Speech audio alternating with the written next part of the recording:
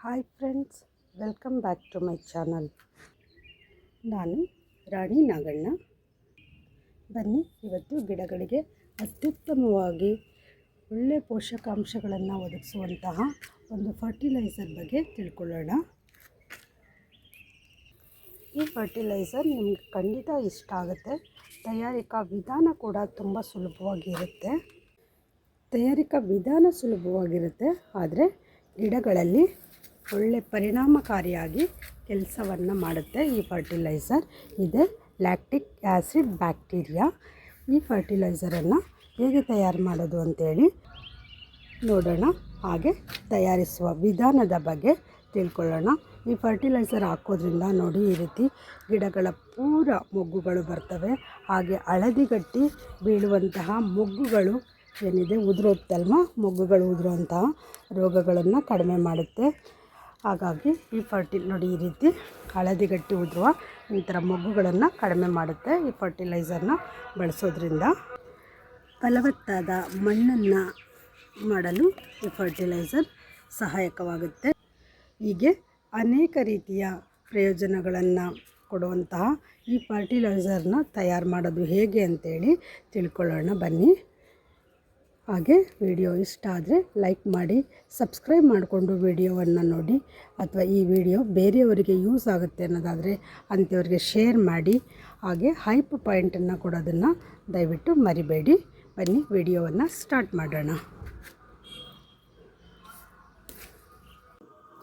ವಿಡಿಯೋವನ್ನು ನೋಡುವಾಗ hype point ಕೊಡುವ ವಿಧಾನ ಹೀಗಿರ್ತದೆ. ವಿಡಿಯೋವನ್ನು ನೋಡುವಾಗ ಹೀಗೆ ಸ್ಕ್ರೋಲ್ ಮಾಡಿದರೆ ಇಲ್ಲಿ ಹೈಪ್ ಪಾಯಿಂಟ್ ಎಂದು ತೋರಿಸುತ್ತದೆ. ಇದನ್ನು ಟಚ್ ಮಾಡುವ ಮೂಲಕ ನಮಗೆ ಕೊಡುವಂತಹ ಹೈಪ್ ಪಾಯಿಂಟ್ ಇಲ್ಲಿ ಶೋ ಆಗುತ್ತದೆ. ಈ ಪಾಯಿಂಟ್ನ ಟಚ್ ಮಾಡೋದ್ರಿಂದ ನಮಗೆ ಹೈಪ್ ಪಾಯಿಂಟ್ ಇಲ್ಲಿ ಶೋ ಆಗುತ್ತೆ. ಹೀಗೆ ಕೊಟ್ಟು ಹೈಪ್ ಪಾಯಿಂಟ್ನ ಸೆಲೆಕ್ಟ್ ಮಾಡಿ ನಮಗೆ ಹೈಪ್ ಪಾಯಿಂಟ್ ಕೊಡುವ ಮೂಲಕ ನಮ್ಮನ್ನು ಪ್ರೋತ್ಸಾಹಿಸಬಹುದು. ಒಂದು ಲೋಟದಷ್ಟು ಅಕ್ಕಿಯನ್ನು ತೊಳೆದು ನಾನು ನೀರನ್ನು ತಗೋತಾ ಇದ್ದೀನಿ. ಹೀಗೆ ಬಂದಂತಹ ಅಕ್ಕಿ ತೊಳೆದ ನೀರಿಗೆ ಒಂದು ಕಾಟನ್ ಬಟ್ಟೆಯಿಂದ ನಾನು ಮುಚ್ಚುತ್ತಾ ಇದ್ದೇನೆ. ರಬ್ಬರ್ ಹಾಕಿ ಹೀಗೆ ಮುಚ್ಚುತ್ತೇನೆ. ಹೀಗೆ ರಬ್ಬರ್ ಹಾಕಿ ಮುಚ್ಚಿ ಇದನ್ನು ಕತ್ತಲೆಯ ಜಾಗದಲ್ಲಿ ಒಂದು ದಿನದವರೆಗೆ ಇಡ್ತೇನೆ.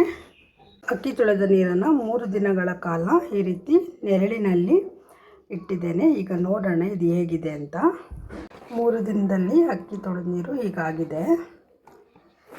ಇದಕ್ಕೆ ಮಿಲ್ಕ್ನ ಆ್ಯಡ್ ಮಾಡೋಣ. ನಾನು ಈ ಲೋಟದಲ್ಲಿ ಅಕ್ಕಿ ತೊಳೆದ ನೀರನ್ನ 1 ಲೋಟದಷ್ಟು ನೀರನ್ನ ತಗೊಂಡಿದ್ದೀನಿ. ಆ ನೀರಿಗೆ ಈಗ ನಾನು 3 ಲೋಟ ಡೈರಿ ಮಿಲ್ಕನ್ನ ಸೇರಿಸ್ತಾ ಇದ್ದೇನೆ. ಆ್ಯಕ್ಚುಲಿ ಒಳ್ಳೆ ನಾಡ ಹಸುವಿನ ಹಾಲಾಗಬೇಕು ಅಂತ ಹೇಳ್ತಾರೆ, ಆದರೆ ಅದೆಲ್ಲ ಇವಾಗ ಸಿಗಲ್ಲ. ಹಾಗಾಗಿ ಡೈರಿ ಮಿಲ್ಕನ್ನೇ ನಾನು 3 ಲೋಟ ಹಾಲನ್ನು ಈ ನೀರಿನ ಜೊತೆ ನಾನು ಸೇರಿಸ್ತಾ ಇದ್ದೇನೆ. 3 ಲೋಟ ಹಾಲನ್ನು ಸೇರಿಸಿ ನಾನು ಮತ್ತೆ ಅದೇ ರೀತಿ ಹೀಗೆ ಬಟ್ಟೆಯನ್ನು ಮುಚ್ಚಿ ನಾನು ಇದನ್ನು ಎತ್ತಿಡ್ತೇನೆ. ಪರ್ಮನೆಂಟ್ ಆಗೋದಕ್ಕೆ ನೆರಳಿರುವಂತಹ ಜಾಗದಲ್ಲಿ ನಾನು ಎತ್ತಿಡ್ತೇನೆ. ಹೀಗೆ ಇದನ್ನು 3 ದಿನಗಳ ಕಾಲ ನಾನು ಎತ್ತಿಡ್ತೇನೆ. ಆಗ ನಮಗೆ ಇದರಿಂದ ಒಳ್ಳೆ ಫರ್ಟಿಲೈಸರ್ ನಮಗೆ ಸಿಗುತ್ತೆ.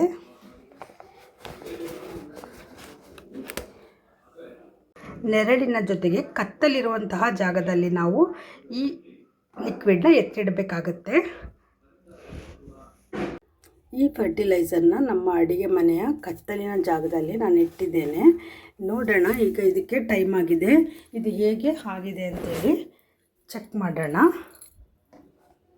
ದ್ರಾವಣವನ್ನು ತಯಾರು ಮಾಡುವಾಗ ಪ್ಲಾಸ್ಟಿಕ್ ಆ ರೀತಿಯ ಯಾವುದೇ ವಸ್ತುವನ್ನು ಕಟ್ಟಬಾರ್ದು, ಬಟ್ಟೆಯನ್ನೇ ಕಟ್ಟಬೇಕು. ಯಾಕೆಂದರೆ ಸೂಕ್ಷ್ಮ ಜೀವಿಗಳು ಒಳಗಡೆ ಹೋಗೋದಕ್ಕೆ ಅನುಕೂಲ ಮಾಡಿಕೊಡ್ಬೇಕು. ಬಟ್ಟೆಯನ್ನು ಕಟ್ಟೋದ್ರಿಂದ ಸೊಳ್ಳೆ ನೊಣ ಒಳಗಡೆ ಹೋಗದಂತೆ ನಾವು ಕಾಪಾಡಿಕೊಳ್ಬೋದು. ಸೂಕ್ಷ್ಮ ಜೀವಿಗಳು ನಮ್ಮ ಕತ್ತಲಿನಲ್ಲಿ ನಮ್ಮ ಸುತ್ತಮುತ್ತ ಇರುತ್ತೆ. ಅಂತಹ ಸೂಕ್ಷ್ಮ ಜೀವಿಗಳು ಈ ಬಟ್ಟೆಯ ಮುಖಾಂತರ ಅಕ್ಕಿ ತೊಳೆದ ನೀರಿನಲ್ಲಿ ಸೇರಿರುತ್ತೆ. ಹಾಗೆ ನಾವು ಹಾಲನ್ನು ಕೂಡ ಸೇರಿಸೋದ್ರಿಂದ ನಮಗೆ ಒಳ್ಳೆಯ ಬ್ಯಾಕ್ಟೀರಿಯಾಗಳು ಉತ್ಪತ್ತಿಯಾಗಿ ನಮಗೆ ಲ್ಯಾಕ್ಟಿಕ್ ಬ್ಯಾಕ್ಟೀರಿಯಾ ಉತ್ಪತ್ತಿಯಾಗುತ್ತೆ. ನೋಡೋಣ ಈ ಬ್ಯಾಕ್ಟೀರಿಯಾಗಳು ಈಗ ಹೇಗಿದೆ, ಈ ಲಿಕ್ವಿಡ್ ಫರ್ಟಿಲೈಸರ್ ಹೇಗಿದೆ ಅಂತೇಳಿ ಈಗ ನೋಡೋಣ. ಈಗ ಈ ರೀತಿಯಾಗಿ ನಮಗೆ ಫರ್ಟಿಲೈಸರ್ ರೆಡಿಯಾಗಿದೆ. ಫರ್ಟಿಲೈಸರ್ನ ಮೇಲ್ಭಾಗವನ್ನು ನಾವು ತೆಗೆದು ಬೇರೆ ಬೌಲಲ್ಲಿ ಹಾಕ್ಕೊಳ್ಳೋಣ. ಇದು ಏನು ವೇಸ್ಟ್ ಅಲ್ಲ.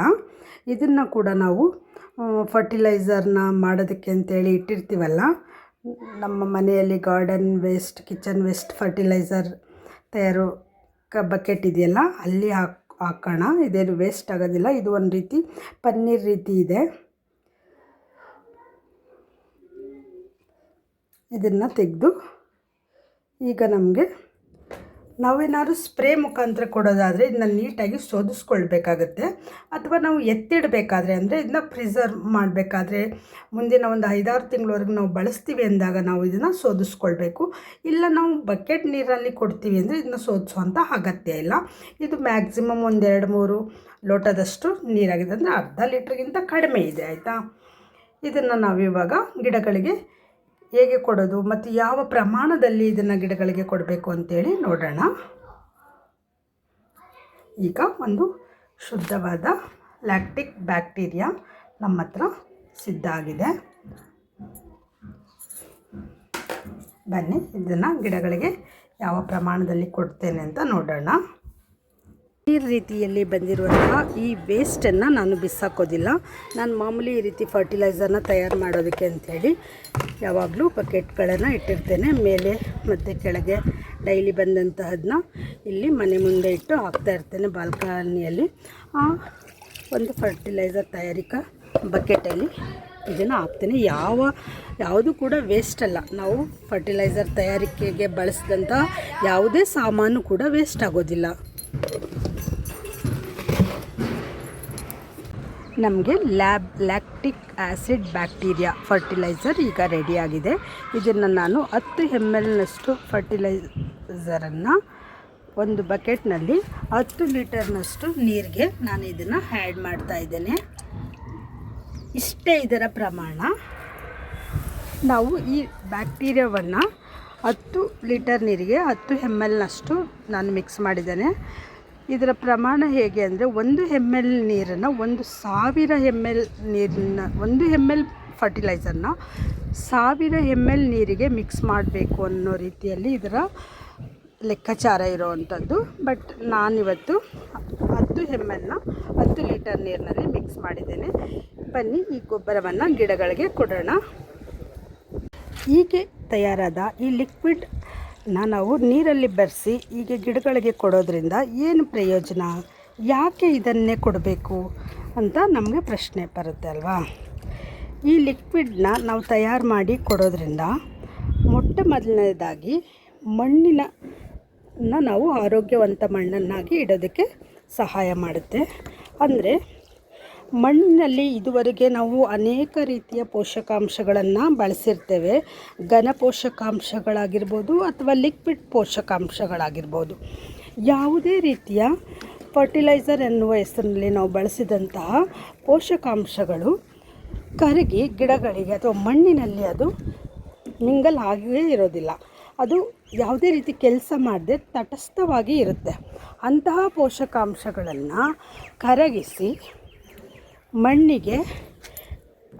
ಮಣ್ಣನ್ನು ಸಾಫ್ಟ್ ಮಾಡೋದಕ್ಕೆ ಅನುಕೂಲ ಮಾಡಿಕೊಡುತ್ತೆ ಈ ಫರ್ಟಿಲೈಸರು. ಅಂದರೆ ಮಣ್ಣಿನಲ್ಲಿ ಕರಗದೇ ಇರುವಂತಹ ಪೋಷಕಾಂಶಗಳನ್ನು, ಗಟ್ಟಿ ಇರುವಂತಹ ಪೋಷಕಾಂಶಗಳನ್ನು ಕರಗಿಸಿ ಮಣ್ಣಿನಲ್ಲಿ ಒಂದಾಗೋದಕ್ಕೆ ಅವಕಾಶ ಮಾಡಿಕೊಡುತ್ತೆ ಈ ಲಿಕ್ವಿಡ್ ಫರ್ಟಿಲೈಸರ್. ಮಣ್ಣಿನಲ್ಲಿ ಪೋಷಕಾಂಶಗಳು ಕರಗಿ ಒಂದಾಗೋದ್ರಿಂದ ಮಣ್ಣಿಗೆ ನೇರವಾಗಿ ಪೋಷಕಾಂಶಗಳು ನಾವು ನೀರಾಕ್ದಾಗ ಸಿಕ್ಕೋದ್ರಿಂದ ಆಗ ಏನಾಗುತ್ತೆ, ಮಣ್ಣು ಪೋಷಕಾಂಶಗಳನ್ನು ಹೀರಿಕೊಂಡು ಆ ಪೋಷಕಾಂಶಗಳನ್ನು ಬೇರುಗಳು ಪಡ್ಕೊಂಡು ಗಿಡಗಳು ಸಮೃದ್ಧಿಯಾಗಿ ಬೆಳೆಯೋದಕ್ಕೆ ಅನುಕೂಲವಾಗುತ್ತೆ.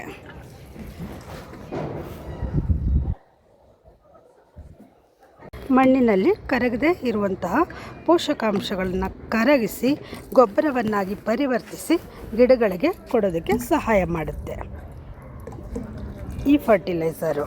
ಹಾಗೆ ಗಿಡಗಳಿಗೆ ಕೆಟ್ಟ ಬ್ಯಾಕ್ಟೀರಿಯಾಗಳನ್ನು ಬರದಂತೆ ಅಥವಾ ಮಣ್ಣಿನಲ್ಲಿ ಇರುವಂತಹ ಕೆಟ್ಟ ಬ್ಯಾಕ್ಟೀರಿಯಾಗಳನ್ನು ನಾಶ ಒಳ್ಳೆಯ ಬ್ಯಾಕ್ಟೀರಿಯಾಗಳು ಮಣ್ಣಿನಲ್ಲಿ ಉತ್ಪತ್ತಿಯಾಗೋದಕ್ಕೆ ಅನುಕೂಲ ಮಾಡಿಕೊಡುತ್ತೆ ಈ ಫರ್ಟಿಲೈಸರು ನಾವು ಕೊಡೋದ್ರಿಂದ.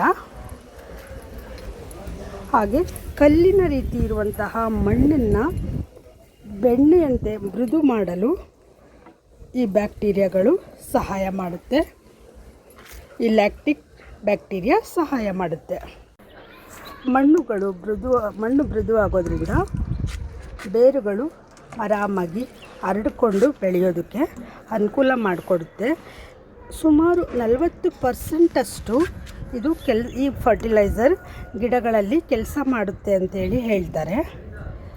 ಇದನ್ನು ರೈತರು ತಮ್ಮ ಹೊಲಗಳಿಗೆ ಬಳಸೋದಕ್ಕೆ ತುಂಬ ಪರಿಣಾಮಕಾರಿಯಾಗಿ ಕೆಲಸ ಮಾಡುತ್ತೆ ಅಂತ ಹೇಳ್ತಾರೆ. ಕಾಯಿಗಳು ನಿಲ್ಲೋದಕ್ಕಿರ್ಬೋದು, ಅಥವಾ ಈ ರೀತಿ ಎಲೆಗಳ ರೋಗ ಇರ್ಬೋದು, ಈ ರೀತಿ ರೋಗಗಳಿರ್ಬೋದು, ಇವಕ್ಕೆಲ್ಲ ಇದನ್ನು ಸ್ಪ್ರೇ ಮಾಡೋದ್ರಿಂದ ಕೂಡ ಈ ರೋಗ ಮುಕ್ತವನ್ನಾಗಿ ನಾವು ಮಾಡಬಹುದು. ಕಲ್ಲಿನಂತಹ ಮಣ್ಣನ್ನು ಕೂಡ ಕರಗಿಸಿ ಗಿಡಗಳಿಗೆ ಒಳ್ಳೆಯ ಪೋಷಕಾಂಶಗಳು ಸಿಕ್ಕಿ ಬೇರುಗಳು ಹರಡಿಕೊಂಡು ಬೆಳೆಯೋದಕ್ಕೆ ಈ ಫರ್ಟಿಲೈಸರ್ ಸಹಾಯವನ್ನು ಮಾಡುತ್ತೆ.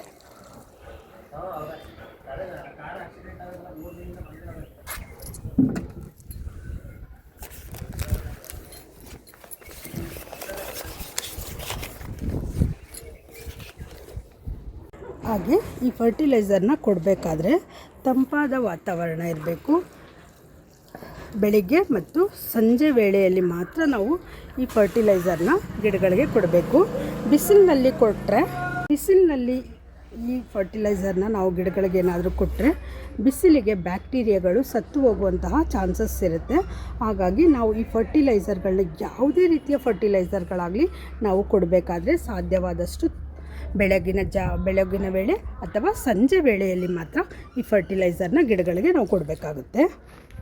ಹಾಗೆ ಈ ಫರ್ಟಿಲೈಸರ್ನ ನಾವು ಗಿಡದ ಎಲೆಗಳ ಮೇಲೆ, ಗಿಡದ ಮೇಲೆ, ಸ್ಟೆಮ್ಗಳ ಮೇಲೆ ಸ್ಪ್ರೇ ಮಾಡ್ಬೋದು. 1/2 ಲೀಟರ್ ಲಿಕ್ವಿಡನ್ನ ಇದು ಇಡಿಸುತ್ತೆ. ಅದಕ್ಕೆ ನಾನು 2 ml ಫರ್ಟಿಲೈಸರ್ನ ಸೇರಿಸಿದ್ದೇನೆ. ಹೀಗೆ ಚೆನ್ನಾಗಿ ಶೇಕ್ ಮಾಡಿ ನೀರು ಮತ್ತು ಫರ್ಟಿಲೈಸರ್ ಎರಡನ್ನೂ ಕೂಡ ಹೊಂದಿಸಿ ನಾವು ಗಿಡಗಳಿಗೆ ಸ್ಪ್ರೇ ಕೂಡ ಕೊಡಬಹುದು.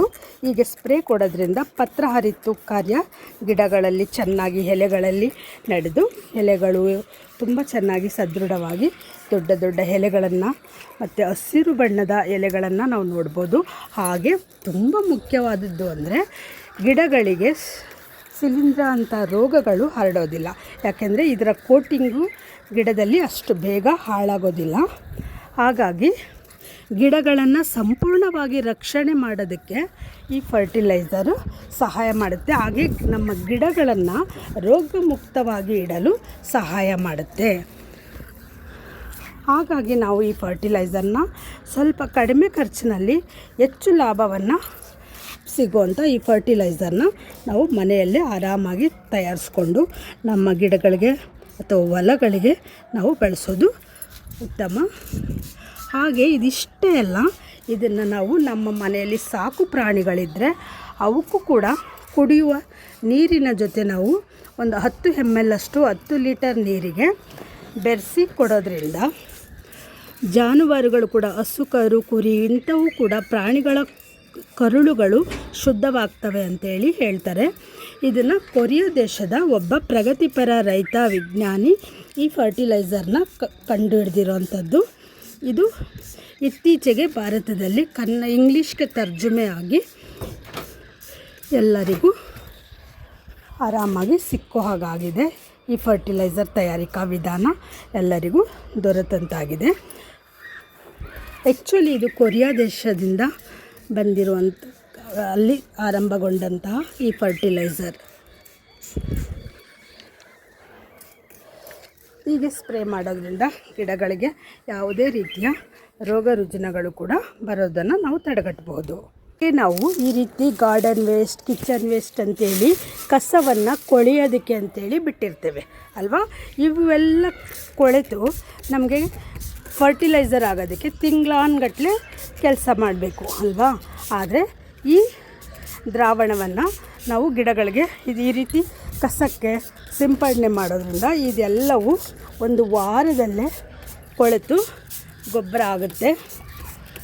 ಈ ರೀತಿ ಸ್ಪ್ರೇ ಮಾಡಿ ಇದರ ಮೇಲೆ ನಾವು ಮಣ್ಣನ್ನು ಮುಚ್ಚಬೇಕಾಗುತ್ತೆ. ನಾವೇನು ಅದು ಇದು ಪಾಟಲ್ಲಿ ಹಾಗೆ ಹೀಗೆ ಹಾಕಿ ಮುಚ್ಚಿ ಆಮೇಲೆ ಫರ್ಟಿಲೈಸರ್ ಕ್ರಮ ಮಾಡಬೇಕಂತೇನಿಲ್ಲ. ಒಂದು ಪ್ಲೇನ್ ಈ ರೀತಿ ಪ್ಲೇಸ್ನಲ್ಲೇ ನಾವು ಈ ಕಸವನ್ನು ಹರಡಿ ಇದರ ಮೇಲೆ ಹೀಗೆ ಸ್ಪ್ರೇ ಮಾಡಿ, ಇದೊಂದು ಈ ಥರ ಕಸ ಅಂತಲ್ಲ, ಕಿಚನ್ ವೇಸ್ಟ್, ಗಾರ್ಡನ್ ವೇಸ್ಟ್, ನಿಮ್ಮ ತೋಟದಲ್ಲಿ ಬಂದಂತಹ ವೇಸ್ಟ್ಗಳನ್ನು ಕಂಪೋಸ್ಟ್ ಮಾಡುವಂಥವರು ಹೀಗೆ ಸ್ಪ್ರೇ ಮಾಡಿ ಇದರ ಮೇಲೆ ಒಂದು ಸ್ವಲ್ಪ ಮಣ್ಣನ್ನು ನಾವು ಸೇರಿಸೋದ್ರಿಂದ ನಮಗೆ ಬೇಗ ಕೊಳೆತು ಗೊಬ್ಬರವಾಗುತ್ತೆ ಅಂತೇಳಿ ಹೇಳ್ತಾರೆ. ಹಾಗಾಗಿ ಹಾಗೆ ಆ ರೀತಿಯೂ ಕೂಡ ನಾವು ಈ ಫರ್ಟಿಲೈಸರ್ನ ಆರಾಮಾಗಿ ಬಳಸ್ಬೋದು. ಈ ಫರ್ಟಿಲೈಸರಿಂದ ಮಣ್ಣನ್ನು ಮೃದುಗೊಳಿಸೋದಕ್ಕೆ ಬಳಸ್ಬೋದು, ಗೊಬ್ಬರವನ್ನು ಕೊಳೆಯೋದಕ್ಕೆ ಬಳಸ್ಬೋದು. ಹಾಗೆ ನಮ್ಮ ಮನೆಯ ಜಾನುವಾರುಗಳಿಗೆ ನಾವು ಈ ಫರ್ಟಿಲೈಸರ್ನ ಬಳಸ್ಬೋದು. ಇನ್ನು ಅನೇಕ ರೀತಿಯ ಪ್ರಯೋಜನಗಳನ್ನು ಈ ಫರ್ಟಿಲೈಸರ್ ತಯಾರಿ ಮಾಡಿ ನಮ್ಮ ಗಿಡಗಳಿಗೆ ಕೊಡೋದ್ರಿಂದ ನಾವು ಪಡಿಬಹುದಾಗಿದೆ. ಮುಂದೆ ನಮಗೆ ಈ ರೀತಿ ಫರ್ಟಿಲೈಸರ್ ಉಳ್ಕೊಳ್ಳುತ್ತೆ. ನಾವು ಬಳಸಿ ಉಳಿದಂತಹ ಈ ಫರ್ಟಿಲೈಸರ್ನ ಬಿಸಾಕುವಂತಹ ಅಗತ್ಯ ಇಲ್ಲ. ಸುಮಾರು 6 ತಿಂಗಳುಗಳ ಕಾಲ ನಾವು ಈ ಫರ್ಟಿಲೈಸರ್ನ ಸೇವ್ ಮಾಡಿ ಇಡ್ಬೋದು. ಇದರ ಜೊತೆ ಇದೇ ಸಮ ಪ್ರಮಾಣದಲ್ಲಿ ನಾವು ಬೆಲ್ಲವನ್ನು ಸೇರಿಸೋದ್ರಿಂದ ಈ ಫರ್ಟಿಲೈಸರ್ನ ನಾವು ಫ್ರಿಜ್ಜಲ್ಲಿ ಬಿಸಿಲು ಬೀಳದಂತಹ, ಗಾಳಿ ಆಡದಂತಹ ನೆರಳಿನ ಜಾಗದಲ್ಲಿ ಇಡೋದ್ರಿಂದ ಈ ಫರ್ಟಿಲೈಸರ್ನ ನಾವು ಸೇವ್ ಮಾಡ್ಕೊಳ್ಬಹುದು. ಉಳ್ಕೋತು ಅಂತೇನು ಬಿಸಾಕಬೇಕೇನೋ ಅಂತ ಅಥವಾ ಕೆಟ್ಟೋಗುತ್ತೇನೋ ಅನ್ನೋ ಭಯ ಇಲ್ಲ. ಈ ಫರ್ಟಿಲೈಸರ್ನ ಫ್ರಿಜ್ಜಲ್ಲಿ ಬೆಲ್ಲದ ಜೊತೆ ಸೇರಿಸಿ ನಾವು ಆರಾಮಾಗಿ ಇಟ್ಕೊಳ್ಬೋದು.